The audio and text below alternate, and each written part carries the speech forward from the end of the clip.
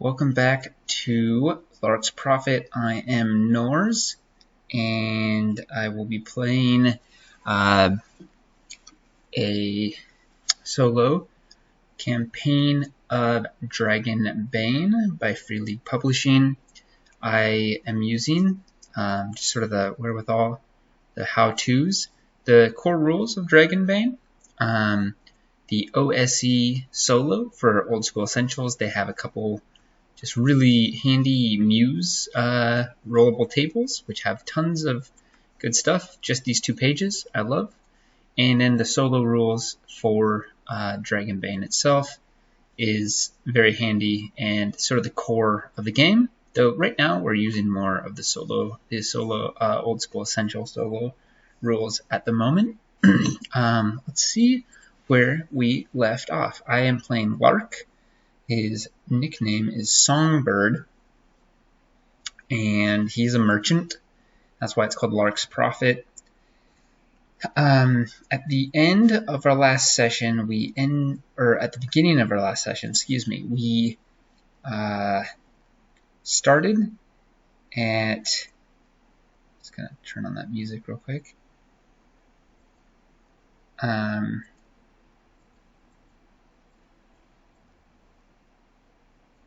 We started in the Lost Chapel. The Lost Chapel, or no, Nameless Chapel, excuse me, is located here near Deepfall Breach with 2 people. Their names are Eralod, an elf, and Irina the halfling. They needed to get back to Gold Docks. There's a thing they were protecting down in sort of like a ruin of some sort, like they're protecting a library, and they were chased away from their charge by goblins and ended up somehow in Deepfall Breach, sort of like this weird magical transportation system that they accidentally fell into. They needed an escort back to Gold Docks, and they thought safety in numbers. That and Lark has a donkey, so they sort of commissioned him or asked him to help them get back to Gold Docks. World map. These are my personal maps that I made myself. World map wise, that went from here, we went down to here, and then we were going to travel north to Gold Docks here. But we just made it to here last time, and then some things happened. We came across some sort of civil upheaval in Southtown, where Maliva, the leader, or at least an authority of the Lidless Eye, was sort of preaching against outsiders. The Lidless Eye is a religious faction that believes that light is like heretical and demonic. And in the world of Agaroth, where this takes place, darkness is ever present. It's called the Forever Dark. There is no moon or stars. It's just darkness all the time.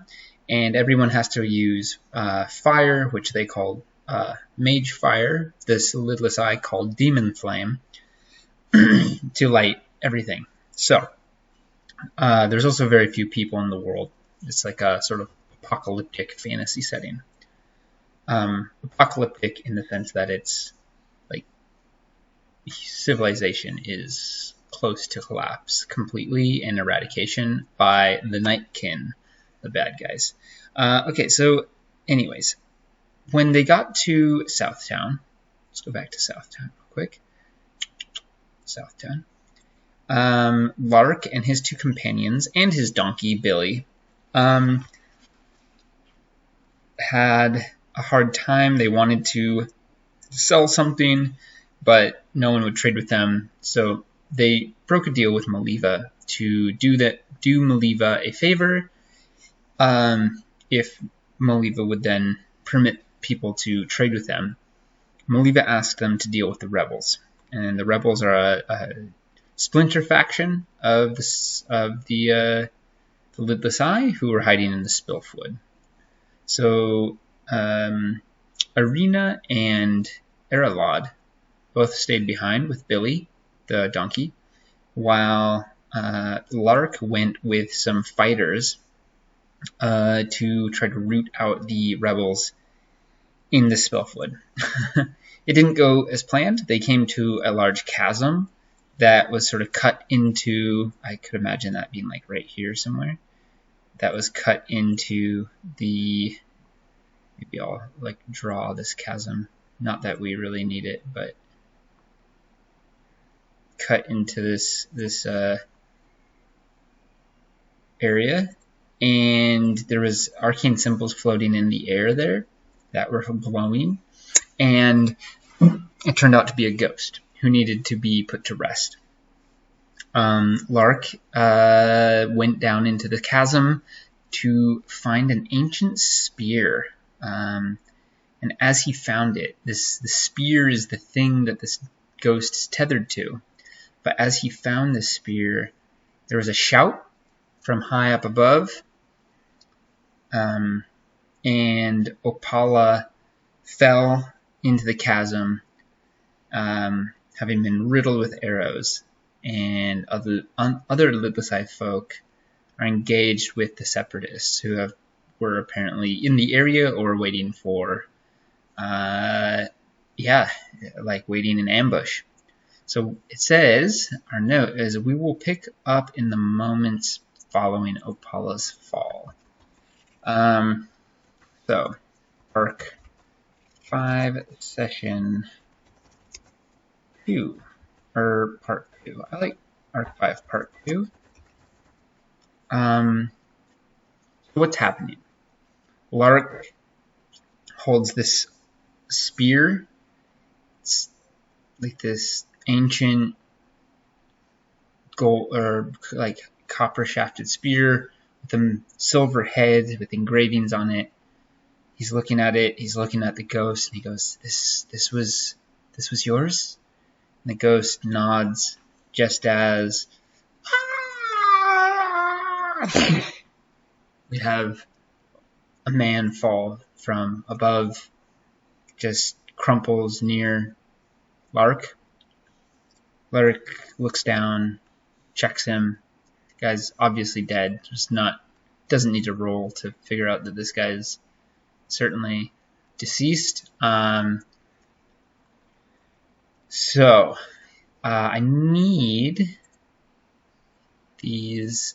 This is a solo adventure. All right. What I need is inspirational table. I need the yes/no table, which is right here. Fortune table. So, are other people dying? Yeah? Have other people been killed? 3. No. So maybe this ambush was just for him. Are they still fighting? Let's see. Yes, they are still fighting. So maybe Lark looks up, and he can't see real far, like real well, but like it's really far up there, and Lark hears them, he hears like distant screams and the sounds of battle. And then, yeah. So I think the Separatists are just sort of just fighting for their right to exist, perhaps. So, yeah, what is... Oh, man, this puts Lark in quite the pickle.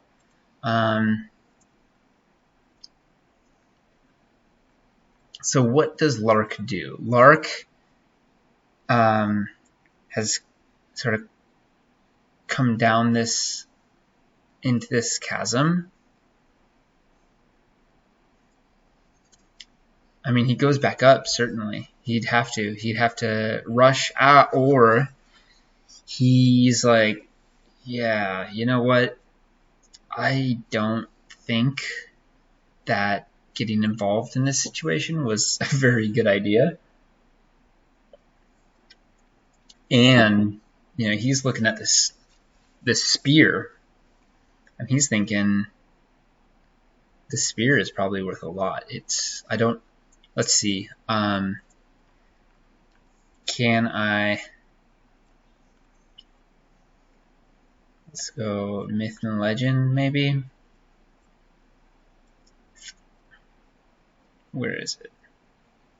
Oh, my myth and legend is really garbage, but so this is a roll low system. So maybe if I roll low, myth and legend, try to like sort of deduce some type of history of this spear. Maybe it's important. Let's see. Oh, yeah. Okay. So something dawns on Lark. He's sort of, his mind's racing. He's trying to figure out exactly what was going on with this. I'm going to roll on this table here. I think social and monstrous. So 2d20, social first, monstrous second. 6, welfare. Welfare, and 12, minion. Oh, that's a weird one. Okay, let me think. So this is what I'm thinking. Welfare is like well-being, right? A minion is like the underling of some great lord. Oh, so this is what happened.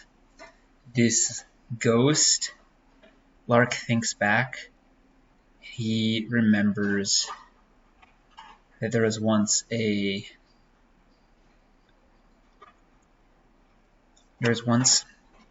great warrior by the name of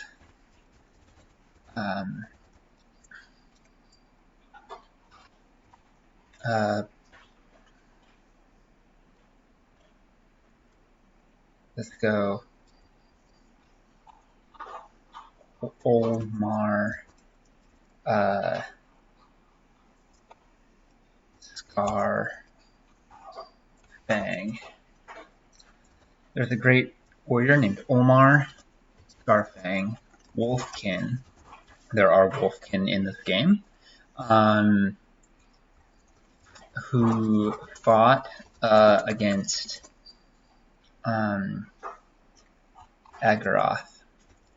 That's like the dark god of this land. Well, the god that created this land, but also like sort of turned against it.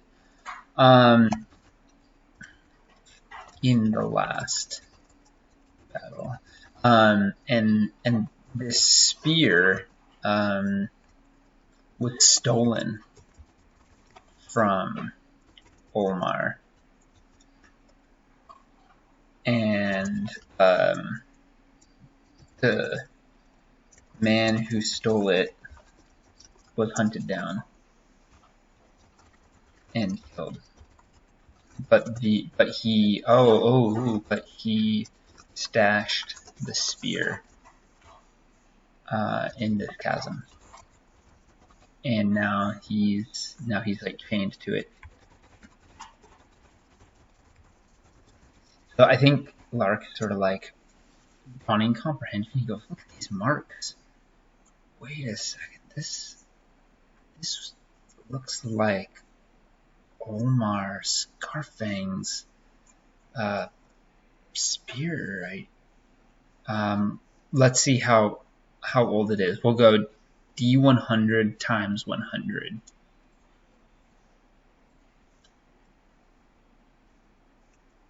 $80? Oh wait, that's way too. Okay, D100 times 10 was what I was actually thinking, not times 100. That'd be way too old. But yeah, like 800 years old, I think that works. I think Lark looks at it, he hears the battle, he goes, this is think there's like a bit of guilt here. Lark is going to abandon this battle. He knows what is going on. He needs to get back to the town, and he needs to try to get his friends and get the heck out of here. So Lark knows he can't go up. I need to make my checklist. Lark abandoned the battle above and begin searching the chasm for an alternative. Alright, so he's gonna start searching around for an alternative route to get out of here. He could go, you know, southwest or north more, or something like that, I think. Get rid of that.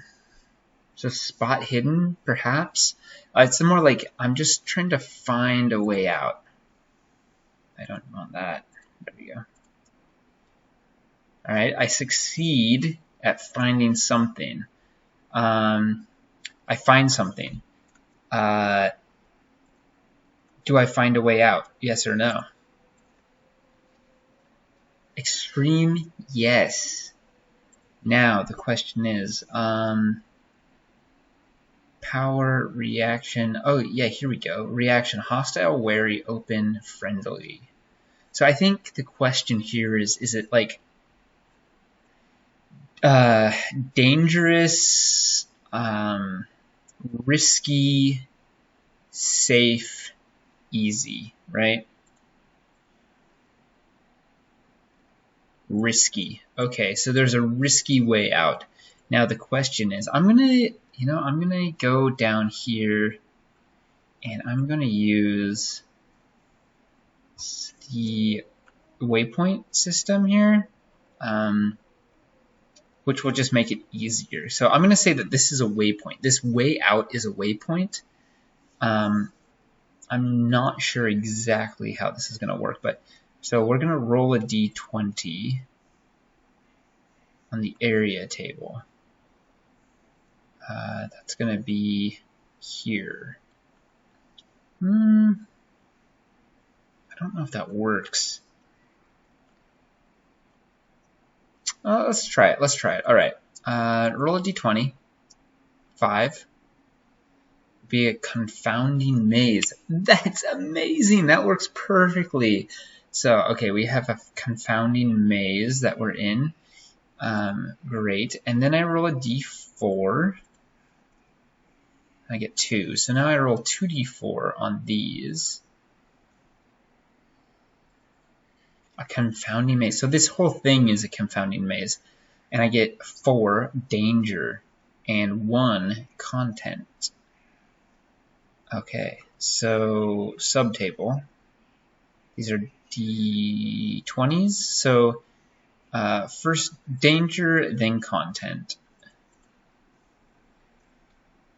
So 11 and 10.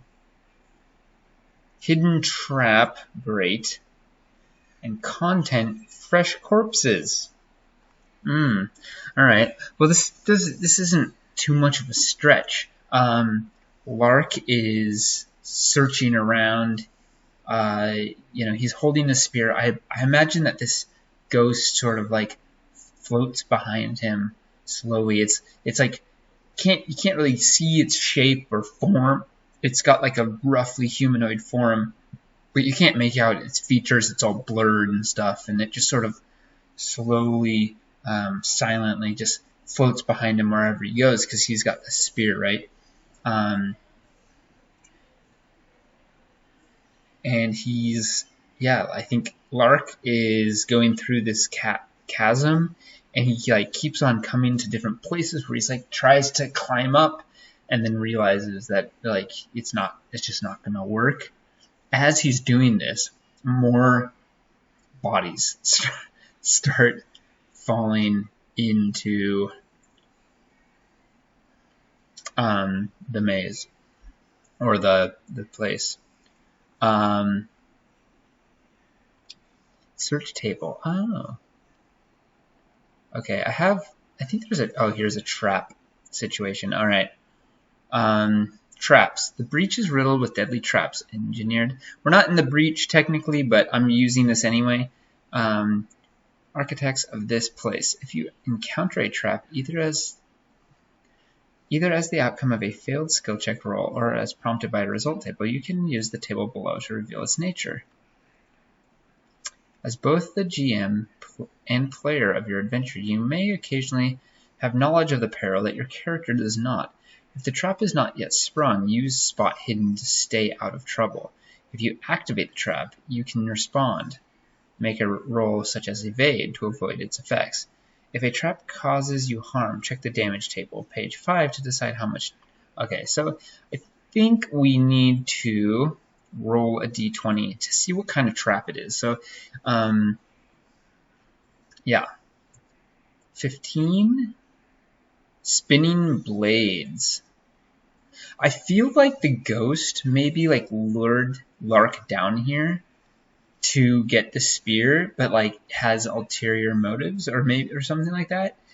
And okay, the spinning blades thing, I don't know if it would be in a chasm. How else could this work? Well,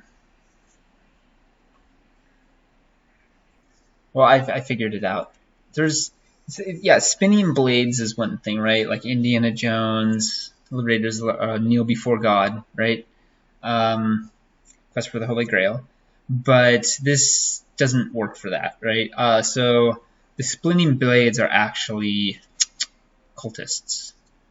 And the cultists, makes sense, are up above, and this has all been a trap. This ghost isn't actually a ghost. So I think Lark goes north until he comes to like a slanted area where he can actually just like sort of like, it's not like climbing, like rock climbing, it's just more like real steep, and he's like climbing up, sort of hands and knees, holding the spear, and he can still hear the fighting, but it's dying down, and he comes and he looks up once more as he's going, and he sees, let's see, I need to find the cultist stat block now. Let's see here. Oh, nope, that's not right.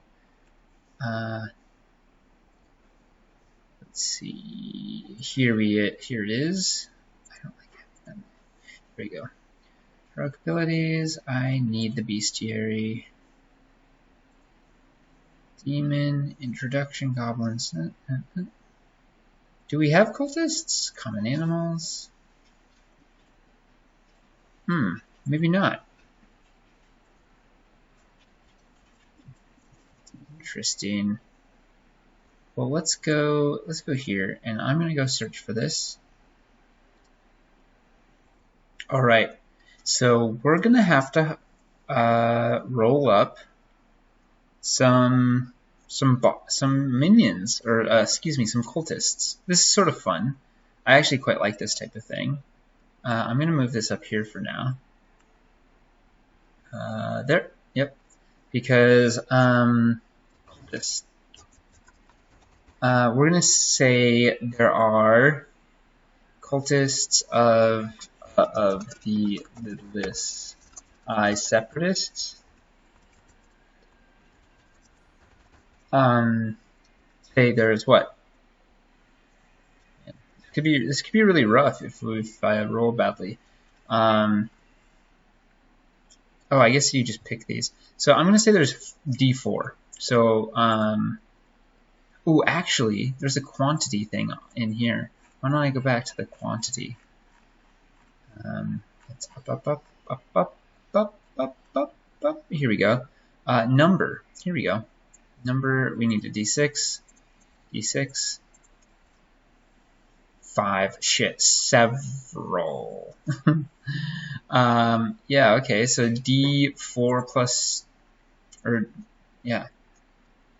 D4 plus 6, D4, no, plus 3. D4 plus 3, because then the minimum is 4, and 4 is the beginning of several in my brain, because 2 is a couple, 3 is a few, several is 4 and up. So D4 plus 3 cultists. 2, so 5 cultists. All right, there are 5 cultists, and we'll just, I think, oh, there's bosses here too. Okay, interesting. Oh, this is creating NPCs, D4, D6. Yeah, okay, I don't know if I want to do that. I think these are just sort of the default 1, 2, 3, 4, 5, 6, 7, 8. So I'm just going to roll a D8 for 5D8 to figure out what these guys are. 1, 2, 3, 4, 5. Okay, so we've got 1, 2, 3, 2 thieves. 2 thieves. We've got a guard. We've got 2. Oh, cultist. Yeah, but if I made them all be the cultist, that would just be sort of boring, because then they'd all have the same stats. Cultists, I think they can be a guard, have the stats of a guard, but still have a cultish behavior and beliefs, right? And an adventurer. There we go. So these are the stat blocks that we will be using for these characters. This is bad. I think I'm trapped. The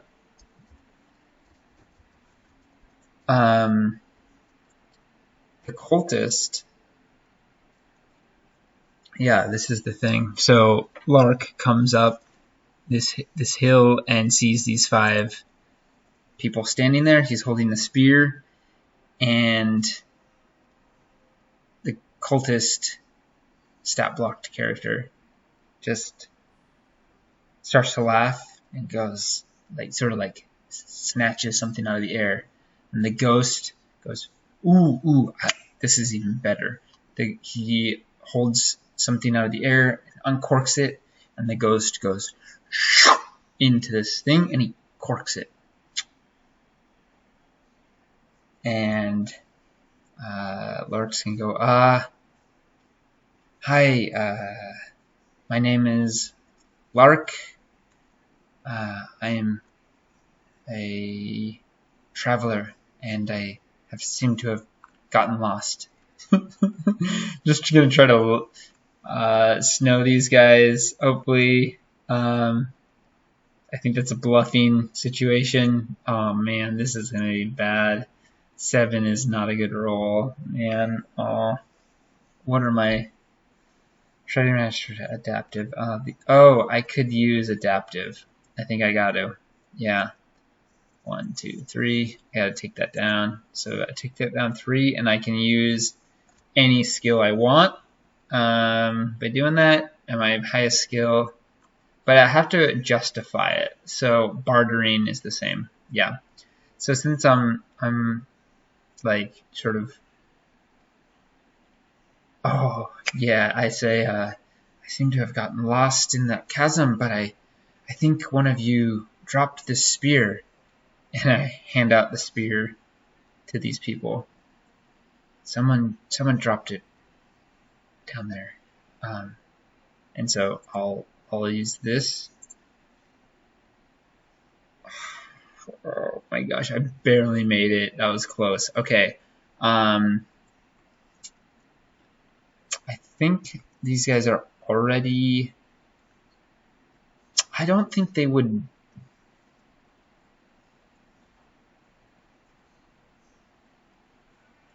Yeah, they would know. They would know. They'd know at least that I was with them. With the other... with the lidless eye. But I don't think they'd be more curious, say, especially if he offers them the spear. Each of them has their weapons out, and one of them says, what are you doing in our woods? Don't you know that we are? They all have the same sashes around their eyes, and because the lidless eye wears these sashes to make sure they don't get like light in their eyes, because I think it's demonic. They say, shoot, what do they say? Who do you think you are, coming to our woods with a band of raiders to try to attack us, to harm us in our own homes? Do you not see that this is not your fight? And I think Lark will be like, yeah, I totally see that. I was sort of pressed into service by Maliva. Maybe you know who she is. And I think they all scowl. And I think this is like a pretty smart thing to say. I think since these people are not so thrilled with Maliva to begin with, I mean, she drove them out and they have separated from her creed, that at this point, maybe if he's telling them that he separated or he was pressed into service for her, they would take that very seriously. The one that speaks, the cultist, says, we know that Maliva is a tyrant. We do not need to do what she says. We do not need to bow to her as she wishes all to do. She is zealous to the point of obsession. And we here in the Spillfoot hold no such convictions, not to her fanatic nature. This is new. I didn't think this was going to happen. So maybe these guys are outcasts because they're not as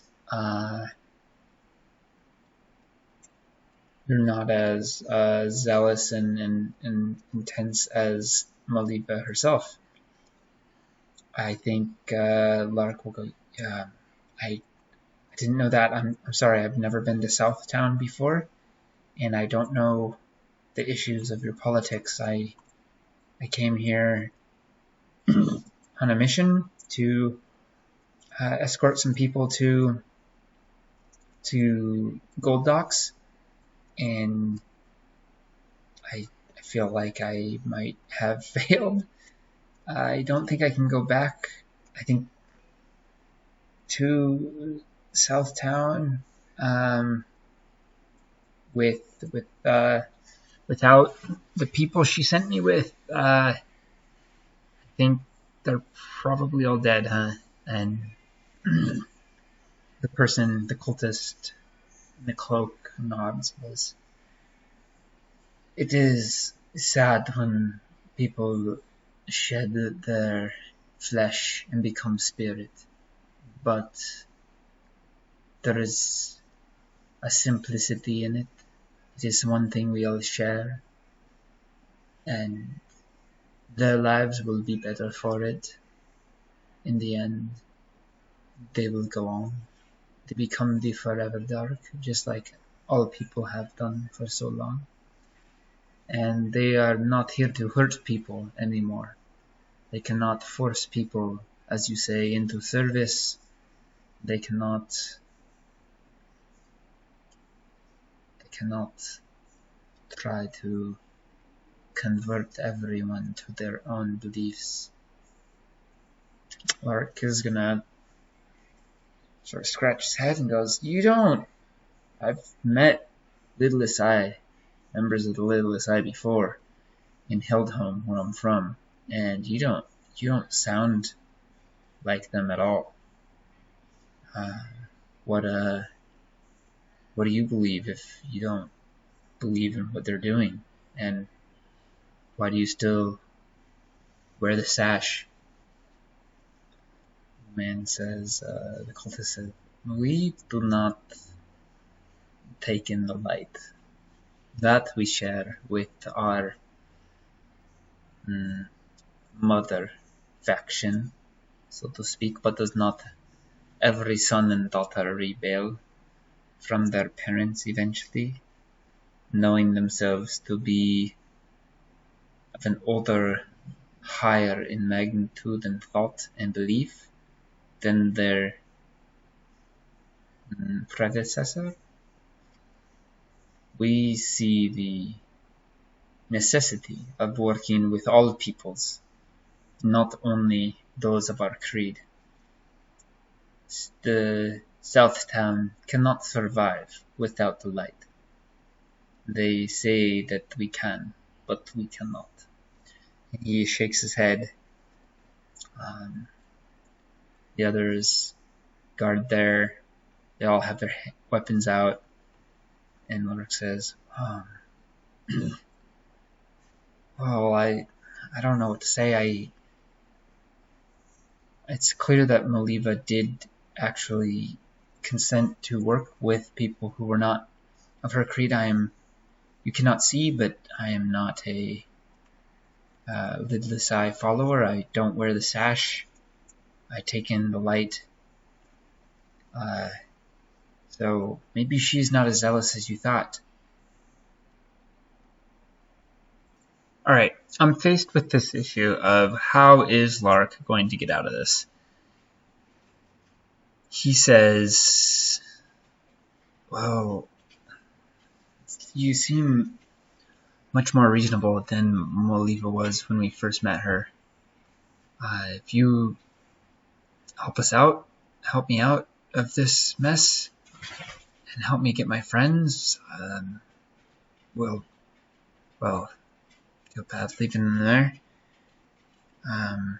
Sort of kept them for collateral to make sure I'd come back.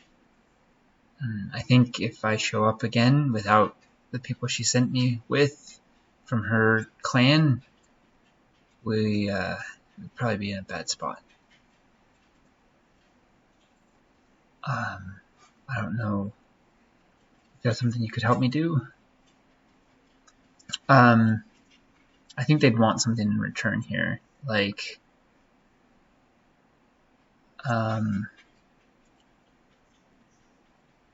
yeah, like there's something that she has that they'd want.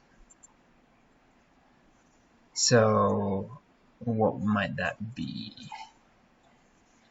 Let's go number no. Let's roll 3d20 on the inspiration tables here. So 1, avenge, 19, transformed, group. Avenge, oh, okay. This cultist says, well, that there is something that we would need from you if we were to help you. We've been waiting for a chance to avenge our brothers in Southtown. They were captured some time ago, and they were and he has a hard time. He goes, I cannot say. They were tortured in ways that no one should ever be tortured. I think Lark goes, right? Of course, I can help you. So if you can get us into Southtown, then perhaps you can escape with your friends. But they are tricky. Or if you could maybe free our I'm going to change avenge to free. If you could free our friends, then perhaps in the chaos you could escape with your own friends. I think maybe. Lark will nod slowly and goes, I can arrange your friend's release. I don't think that's an issue. I think Maliva is very set in her ways, but not as unyielding as you may seem to think.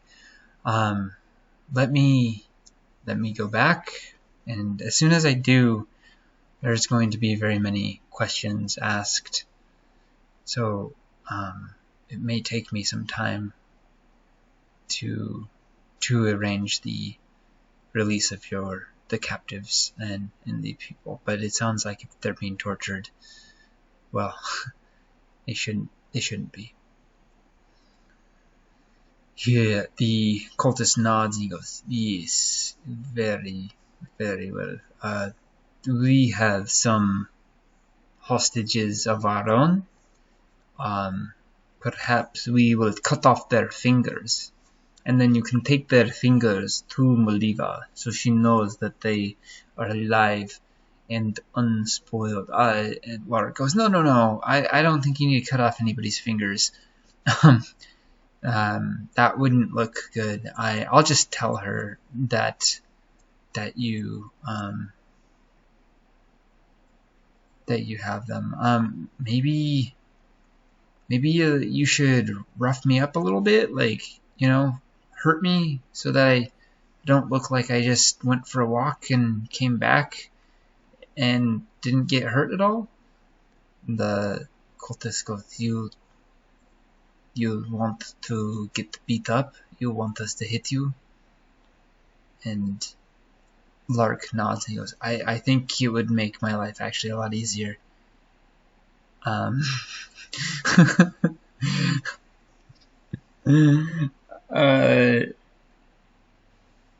So what? Do they attack him? Do they how does that work? Oh, I think I could do this with the damage table. Let's see. If you're unsure, here we go.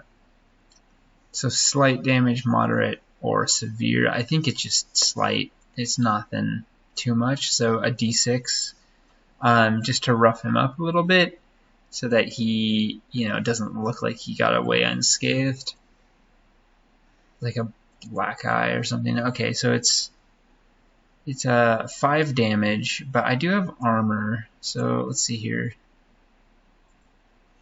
What's my armor at? -4 for blunt and AP 1. Okay, so I don't think I take any damage in the end, luckily, because it's all blunt and I block blunt with my armor, but it's enough to maybe give me a bruise, and I get knocked down and twigs in my hair and things like that. So he looks a little roughed up even if he didn't take any damage, which is actually, that's sort of the perfect thing. And then the cultist says, okay, go back to town and tell her that we have I think as they're talking, Lark follows them up the hill and back into the forest proper, where they have, let's say, D6 hostages, 4 hostages tied up, well, they're already blindfolded, so that doesn't matter, tied up and gagged, and the cultist says, tell her Yilmar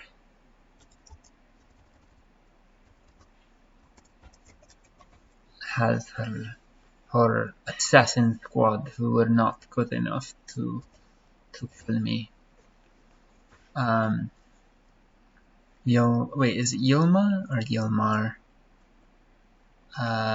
Yilmar, yeah. I have a lot of Mar names for some reason. Lark will nod and goes, yes, of course. I just really want to get my friends and get on my way, but I'll make sure to deliver your message, and we can facilitate this trade.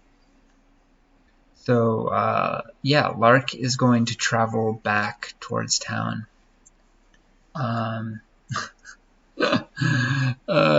His reception. He goes through the woods.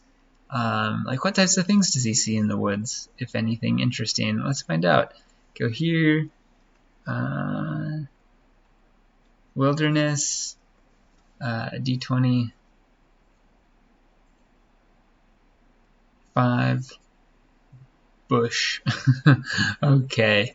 There's lots of little bushes. Comes back to town and sees like not the watchtowers, but there's like guards out that all have sashes on their faces or over their eyes. They can't see anything, but there's no torches lit anyway. So even if they had their eyes revealed, they wouldn't be able to see anything. But yeah, I think certainly Lark holds a torch. So let's go to inventory, because I think at this point, or not a torch, a lantern. I think at this point that's a shift. So we go down to 7 doses of oil. Gets back, and as he approaches the town, one of the guards raises his bow. Who goes there? Lark raises his hand and goes, "Help me! Help! I was beat up. We were ambushed." The guard comes forward and sort of wavers in front of Lark and sniffs. "You're one of the outsiders, aren't you?" I am. Is Maliva around? I've news that..." He gets cut off. "Why? Where are the others? Where is Opala and the others?" Lark says, "I'm sorry, Opala is dead." And the man just sort of freezes, stock still. "Dead?" "Yeah." Alright,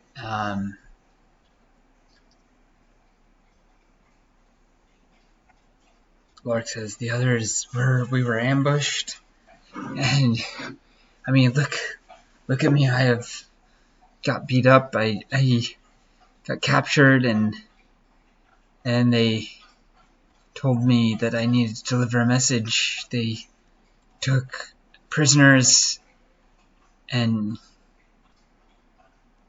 yeah, and they want to exchange them. They want to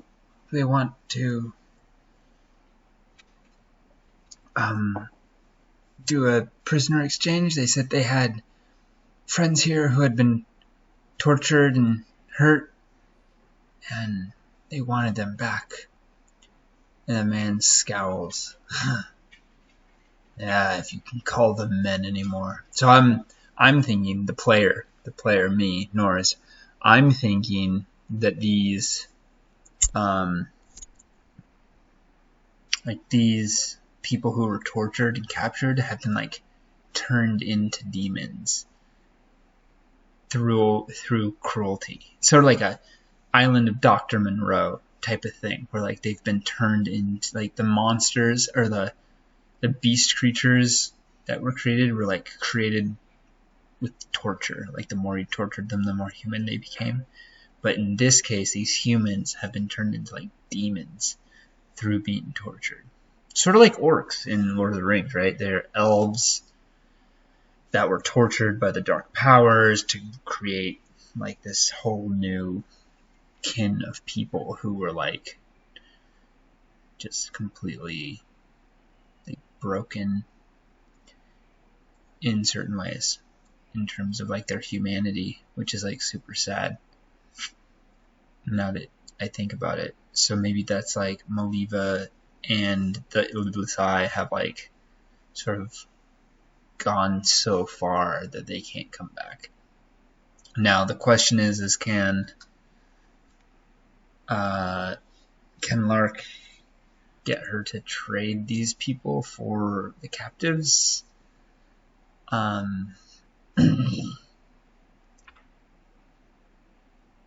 He says, yes, I need to speak with Maliva like right away, because if she's going to trade, like, I don't know how long they're gonna wait. I met Yomar, and he said that I needed to do this, or all the captives would be killed. Yeah. The man grimaces and goes, oh, I don't. And why did he send you? The only outsider? How do I know this isn't a setup? Lark will shake his head and I mean, you're just gonna have to trust me. I know you can't see, but I'm not unscathed here. He then sort of realizes like, oh my gosh, could it be so stupid? They can't see me anyway. Why'd I tell them to beat me up?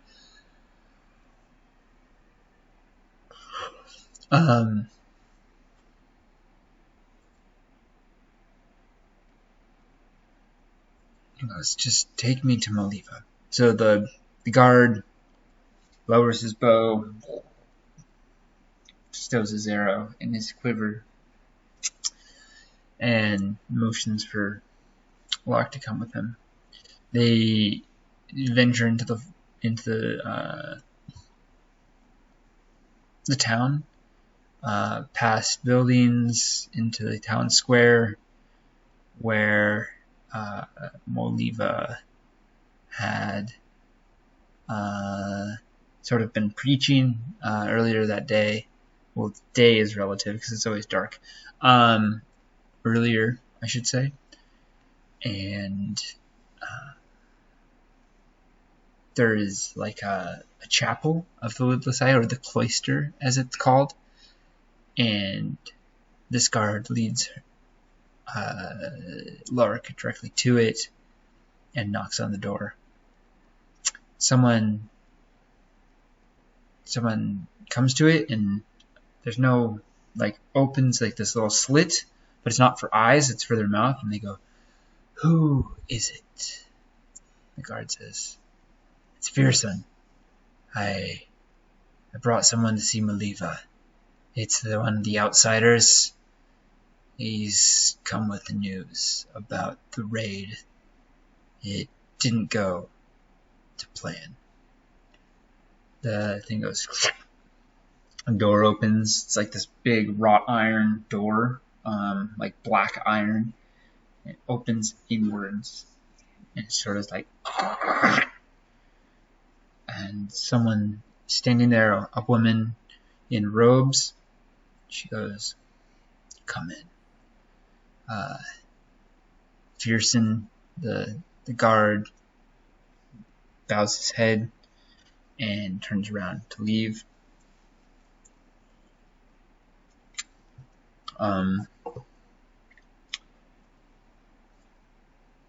Lark takes a step into the cloister. Around is it's like a courtyard a bit, and there's all these different doors. The building itself is 3 stories high and goes up and around, sort of block squares. It's got windows in it. Like, this is an old building that has been patched here and there. The windows are obviously meaningless for those people who don't take in the light that wear the sashes, but it was clearly built before the Forever Dark, which is its own thing, right? This priest, she is dressed in robes with a hood up. It covers, I'm sort of thinking almost like Handmaid's Tale type of style, but not as gross. That's like one of the most messed up stories ever. But amazingly well written. Sorry, total sidetrack. She holds her hands like towards her heart, and they venture across the courtyard and into like a main hall. She says, "Sit," and points to a stool for Lark. He like takes a sit, and then as he's doing this, he realizes he's still holding the spear. The inside of this building has like pillars, not like large pillars, but like, you know, solid pillars to hold it up, structural support, and it has a stone wall. This main hall has tables in it, and like a large hearth for warmth during the winter. He's holding the spear. He's like, I can't believe I got this. I wonder how much it's worth. But his mind is racing of like, how am I gonna convince Maliva that she needs to release these people that she's been torturing. Okay. It's like maybe 5 or 6 minutes before Maliva comes down. She's flanked by guards. She has her sash around her eyes. And she comes right to where Lark is sitting. She goes, "What is the meaning of this?" Lark stands up. The guards stiffen. And he raises his hands. He puts down the spear. He goes, we were ambushed." And he begins to tell her about the ambush and about the wager. He's not bluffing, so I don't think that's the issue here. I think this is a persuasion situation where he's basically saying, trust me, this is what I know. He's not lying. This is all very, very truthful. And eventually he comes to the fact that Yelmar wants his people back in exchange. And this persuasion roll is just for getting Maliva to believe that he's telling the truth. Okay. It succeeds, so that's good.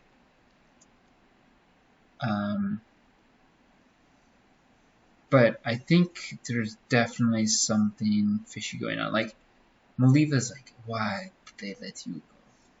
What were you doing that was different? They took prisoners, and then they let you go. Why? Why would they let you? Lark shrugs and he goes, I think it's because I am an outsider. My capture would bear no weight. They could not bargain me away to you for the people you hold that they wish to have, and my death would mean nothing to you. And at this, I think Maliva gives a little smirk. She goes, I do not know you well, Lark, but it seems you know me, at least as well. To save your own skin. You are right. Your death would not mean a thing to me. I would not care if you died. I care only for my people. And Lark says, right, and that's why I think you need to do this exchange of people. I know this isn't the mission you sent me on, but I'm not worried about selling things here anymore. I'm just trying to figure out how to get out of here. We were headed towards Gold Docks, and that's where we need to keep heading. She nods slowly. She goes, Yes, well, I think you have done quite enough here.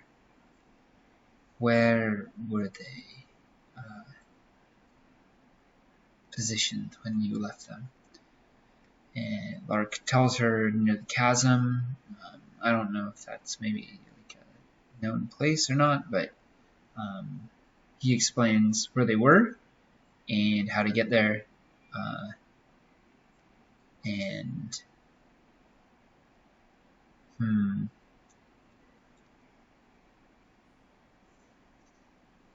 this is quite the pickle. Let's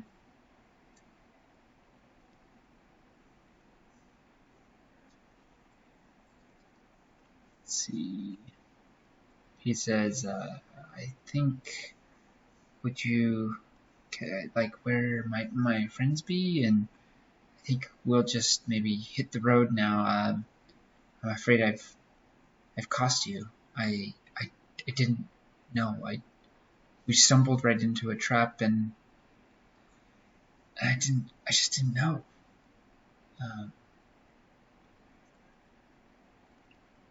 She sort of nods. She goes, I can hear the truth in your voice. You are a fool, but an honest fool. I know you do not mean harm to my people, yet you bring it because you men have died, women have died, and people have been taken capture. And now we must release abominations in order to save our friends and family.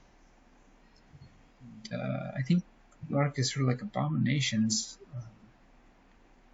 I don't quite understand that, but I don't think I can argue. I think I need to grab my friends. We need to get out of here. Oliva says, I believe that would be the best thing for you to do. Wow, we got screwed here. I don't think Maliva would ever welcome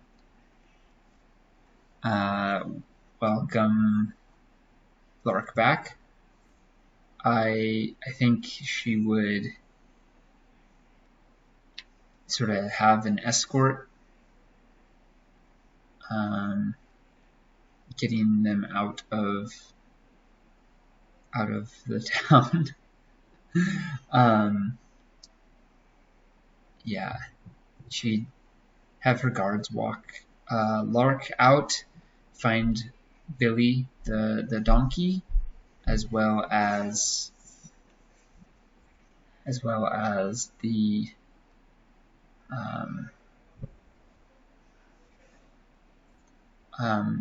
the guards lead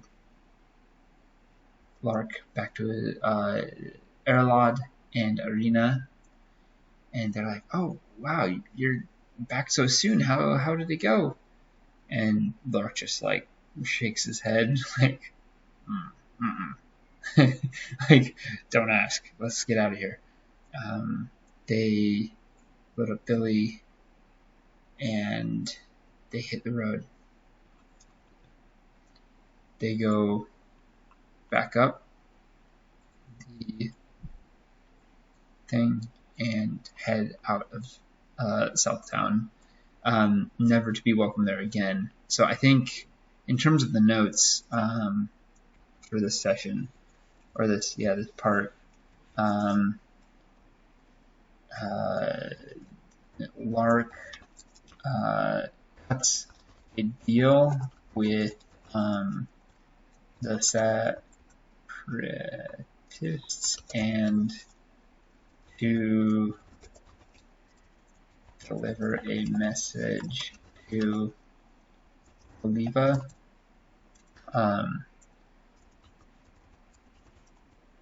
They want a prisoner exchange, but the prisoners they want back have been turned into demons through torture, and they have 4 people to barter with.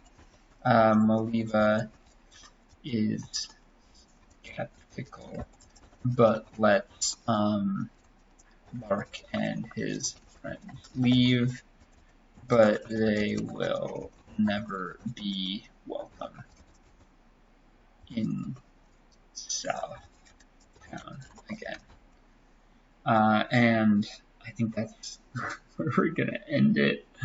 Oh my gosh, okay. That was a weird session. We just didn't really, nothing really happened, or like a lot happened. It's just all really negative. Like I didn't accomplish anything. I got this spear, but I don't know what it's for or who, sort of where it belonged. It's just all over the place. So that's where we're gonna end. I'm Norris. The tabletop I'm using, the virtual tabletop I'm using is called Roll, Roll VTT. I like it a lot. It's great.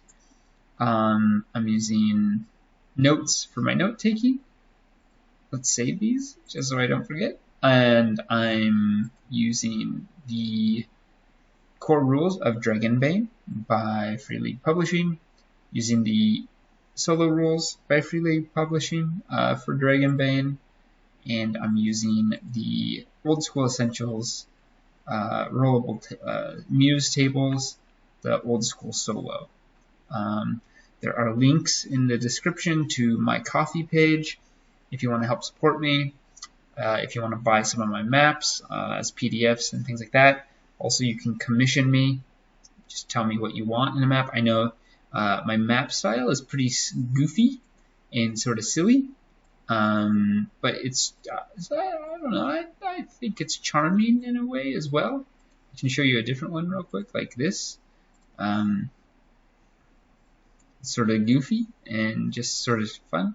It's all pen on paper. There's no digital touch-ups or anything like that. It's all just me sort of having fun with it. Yeah, so that's that. I like this big pit. I don't know what it's for. I put things in often that I'm not exactly sure how they work or what they are, but it's just sort of like that creative fun that is quite cool. So if you're interested, let me know. Check out my Ko-fi page. Let's see, what else? Links to the game, Dragonbane, as a PDF will be down there in the description, as will the Old School Solo rules, as will Roll VTT. And yeah, cool. Thanks for tuning in. Hope you enjoyed this wacky session. I'm going to call this part 2. I don't know how many parts are going to be in this arc, because we need to make it to Gold Docks. That's sort of the goal here. And then we'll see what happens from there. So, thanks for tuning in. See you later and adventure on.